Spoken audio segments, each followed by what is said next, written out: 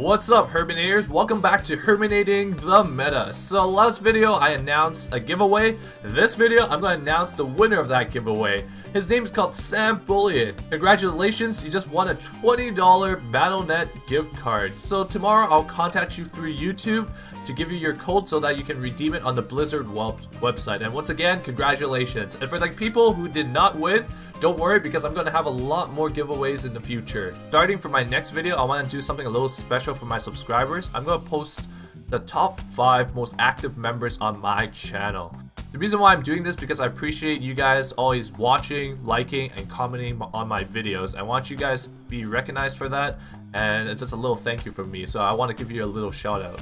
Also, stay tuned for my video on Tuesday because I'll be talking about the meta since the new season is coming up, and also talk about the new expansion, the Black Rock Mountain, because there's a couple of cards that's been leaked out and I want to talk about them.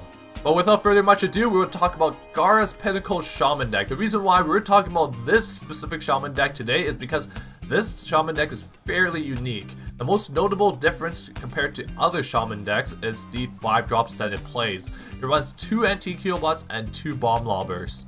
Although these 5 drops might seem different and weird, but it's actually really good in this deck. The reason why is because Shaman is always criticized about self-healing, so Anti-Heal bot is totally fine in this deck. But the Bomb Lobbers is not a card that anybody would run. The Bomb Lobbers are really good in this deck is because they act really similar to the Fire Elementals, which give us a tempo play and also efficient trade. And then you guys might ask, isn't it stupid not to run the Azure Drakes because it also gives us tempo and the spell damage synergy?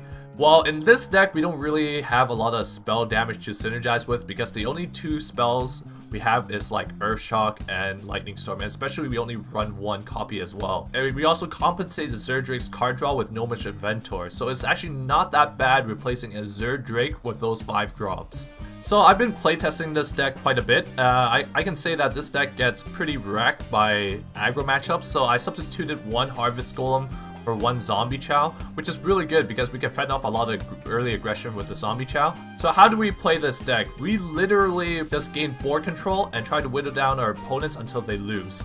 And since we run a lot of sticky creatures like Zombie Chow, Haunted Creeper, Harvest Golem, Gnomish Inventor, Piloted Shredder, Fire Elemental, Piloted Sky Golem, Dr. Boom, Neptulon, and Ragnaros, these are all sticky creatures that can stay the board long enough to do some damage, so we can easily whittle down our opponents over time. And you guys might think it's weird running 1 Lightning Storm, but it's actually not that weird. It's because we have a lot of sticky creatures that stay long enough on the board to do efficient trades so that we don't really need the additional Lightning Storm. And also, the Lightning Storm's overload can really affect your game and set you really behind. And since we run a lot of mechs, we can easily synergize it with the Power Mace's effect, which gives us tons of value back and does insane damage. So there's a couple substitutions that you can do for the cards that you don't have. For Loatheb, you can actually replace this for a cheaper substitution like Bloodlust. Since we run a lot of sticky creatures, they stay long enough on the board to be synergized with Bloodlust. If you don't have Neptulon, you can actually substitute this for another Pilot Sky Golem. I don't think you can substitute Dr. Boom because this card gives us too much of a board presence to be replaced. Since I don't have Alec here, I replace it with Ragnaros since they both give out burst potential. There's a cheaper substitution. You can also use Doomhammer because Doomhammer is really good as you can also synergize with the Rockbiter weapon to dish out 10 damage in 1 turn. So this is a deck. I'm going to show you guys a gameplay video so you guys can understand how to play it and my thought process of playing it as well. This deck is really damn fun, and I'm probably going to use this to climb the ladder for the next season because I find this deck to be fairly consistent other than facing the occasional Face Hunter or the Face Warrior. But they're rarely on the ladder anyway, so this deck is fairly consistent. So I can see you guys on the gameplay videos. So our first matchup is against a Druid. It's actually not that bad of a matchup either. So right here, I'm probably going to mulligan the Dr. Boom, Loatheb, and Earthshock. Usually some people like to keep the Earthshock, but I see no point because there's nothing we really need to silence early in the game. So I'd rather hard mulligan for a Hex because just in case he iterates something big. This is actually pretty shitty because I didn't want the Healing Bot nor the Gnomish Inventor, but the Rockbiter is actually pretty damn good just because I can synergize it with the Hammer. Oh, it's pretty good that draw the Spider too, so I can just coin it in and play it. Pretty hard for him to deal with. So the Druid did a pretty standard play here. He just hero powered and hit my Haunted Creeper. Some Druids like hitting the face, but I believe that he doesn't have any creatures to play in the next few turns. That's why he did that. And I also suspect that he has swipe, because he wants to destroy that Haunted Creeper and maybe he can swipe my face to eliminate it. But he probably will wait till I play another creature in order to wipe out my whole board with swipe. Probably when I play my Gnomish Inventor. So he did it again. So that proves my point that he doesn't have any creatures to play for the next few turns. So I have another Haunted Creeper, which will probably piss him off even more. And I'm just gonna do something simple, just keep hitting him on the face and putting up the pressure.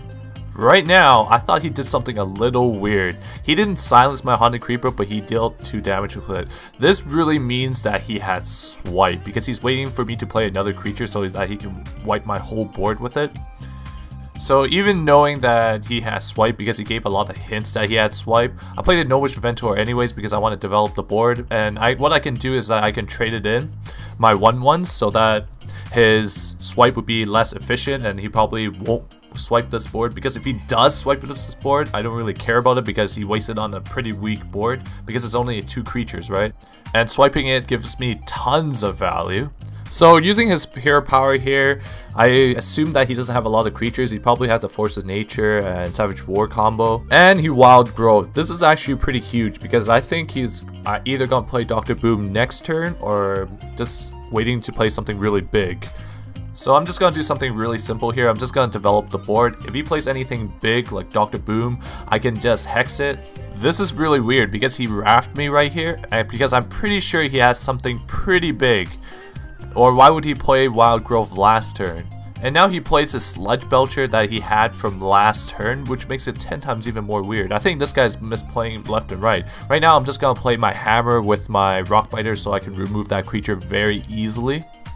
And then just traded my Gnomish Inventor into the Spawn Death Rattle and hit his face for 3. Pretty standard right here. Now if he plays anything big, I can easily just hex his creature. At this point, I don't even know what the heck this guy is doing because he actually had a lot of creatures in his hand, but he never played it.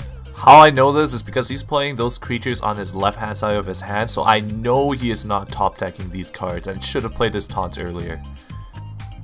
Right now, I'm just probably gonna play Dr. Boom and then use my weapon to trade into the Druid of the Claw with my Ooze so that I can buff my Boombot at the same time, which gives me back tons of value because my Boombot is a mech anyways, right? So why not just buff it as well?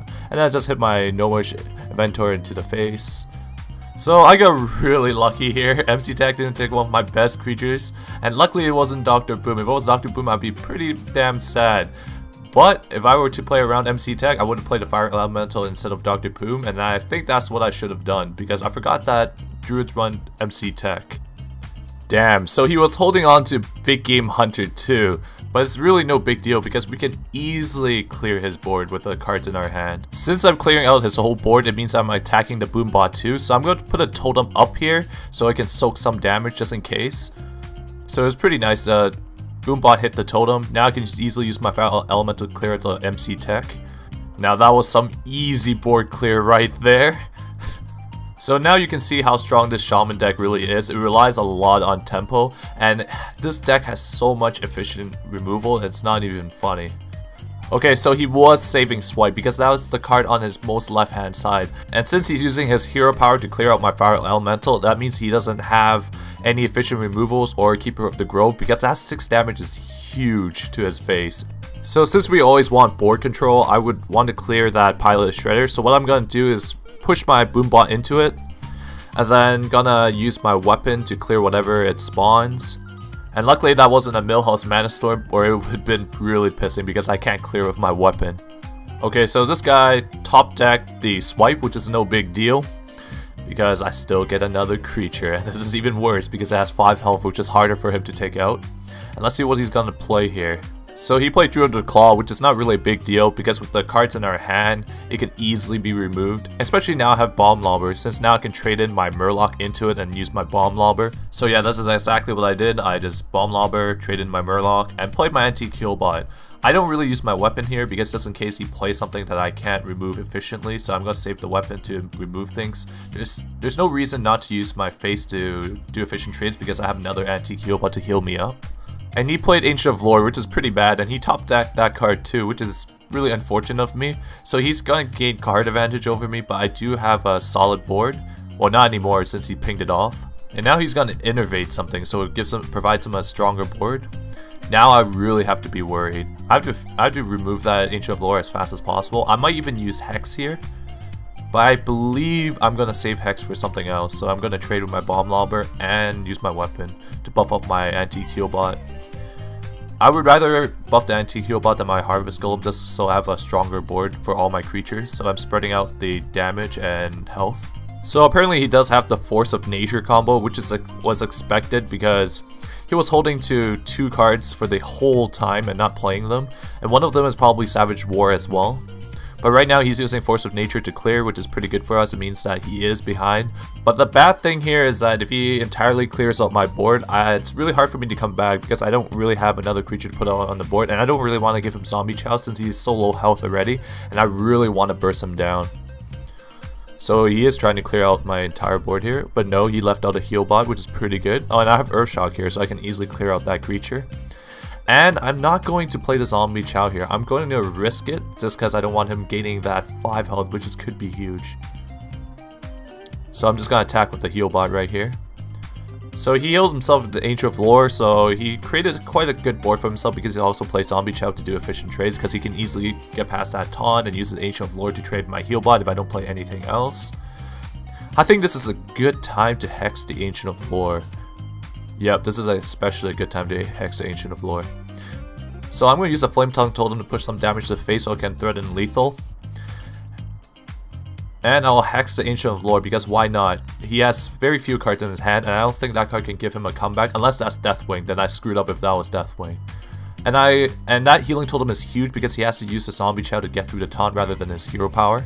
So he played the damn Lotheb. Well, I'm not really worried because I have a lot of damage in my deck. See, like I drew Ragnaros, and I also have a Neptulon in my deck as well. So I'm not too scared of the Lotheb. He has to hit me at least 6 times to put me into lethal range. And unfortunately, he did not hit the face. If it hit the face, the game would have been already over. And I hope you can't clear this Ragnaros either. So I pretty much won this game here. This is how we beat our opponent with attrition. So it's pretty much weather them down with as much board control as possible, and most of your games will end up like this. Pretty long, but you'll eventually win most of your control matchups. Aggro matchups, it might be a little difficult, and I'm going to skip this because I'm going to win anyways to the next gameplay video. So I believe this was a really funny match, and yes, this was a really funny match. Okay, so I probably mulligan everything because why would you keep the Flame Tongue Totems you have nothing to combo with? I might keep the Pilot Shredder. I would not keep the Earthshock just because there's nothing really to silence early because all they're gonna play is Elder Peacekeeper, probably just a 1/1 and Muster for Battle. Like, I'd rather have a Lightning Storm than Earthshock. So yeah, I do keep the Pilot Shredder. I think the other thing I can Earthshock is probably a Shielded Minibot.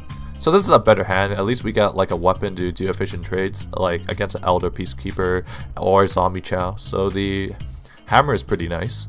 Oh, we did draw back the Flame Tongue Totem. Not very happy about that, but what can we do, right? So he just plays this 1/1 and establishing board control. Pretty bad for us because I can't really play anything. So I'll probably coin in my hammer here. Or I can totem. It's not really a big deal, but I'll probably coin in my hammer. Need to coin in that hammer, yo. Can't have that Zombie Chow getting too much value, because if it has too much value, it's no good. Remember that, guys. He didn't really do that much this turn. He just played another Silverhand Recruit. And I'm not gonna do that much on my turn either, because I don't really have a turn 3 play, so I'm just gonna totem up. And not gonna use my weapon on any of the 1/1s because that's pretty stupid. And luckily I got the 1/1 totem because it can actually trade into their 1/1, so it's actually not that bad. Damn, man, I really wish I had my Earthshock now so I can get rid of that frickin' Divine Shield. Man, that's really annoying too. Oh damn, and I top deck Earthshock. Shit, I didn't even know that. I surprised myself, and this is pre-recorded. Damn. So I would probably find like a possibility to use Earthshock efficiently. I'm probably not going to attack anything this turn. I'm probably going to draw.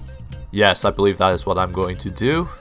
And next turn is pretty nice because I can play my Pilot Shredder, and then Earthshock the Divine Shield. Since it's really mana efficient because I'm using the whole 5 mana while also buffing out my Pilot Shredder, which is pretty nice. So he actually gave more value to my Earthshock right now, because when I Earthshock that 3/3 Divine Shield, like this guy doesn't even know what the heck is going to hit him, man. So this is really easy to remove. We're just gonna Earthshock the 3/3 Divine Shield, hit the 3/1 with our hammer, and end our turn. It's as easy as that. Okay, this is when he starts having really damn good RNG. So watch this Knife Juggler. This Knife Juggler is fucking insane. It never freaking misses. Look at that roll. 1, 2, 3. But look at this. Look at my RNG. He can't beat mine. Oh crap, man.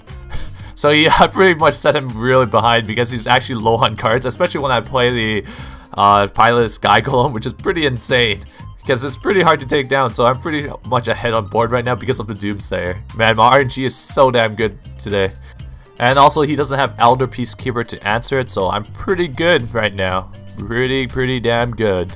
So I'm going to use my hammer to clear out the Pilot Shredder. There's no reason not to use my health to clear it out because I have anti-Keelbot. And also don't worry about Paladin because they don't really have burst damage, so they can't really burst you down from 20 health. So let's just say that. And luckily that wasn't a Doomsayer, but we still can't let that live because that thing actually does burst damage. Because I've felt it firsthand against mech shamans.